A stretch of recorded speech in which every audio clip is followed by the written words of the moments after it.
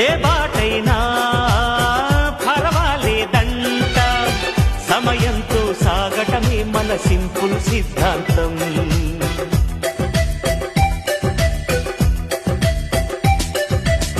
చిరుగాలికి పరిమళమిచ్చే సిరిమల్లెల వనమై ఉందాం, గగనాన్ని నేలను కలిపే హరివిల్లుల వంతెన అవుదాం.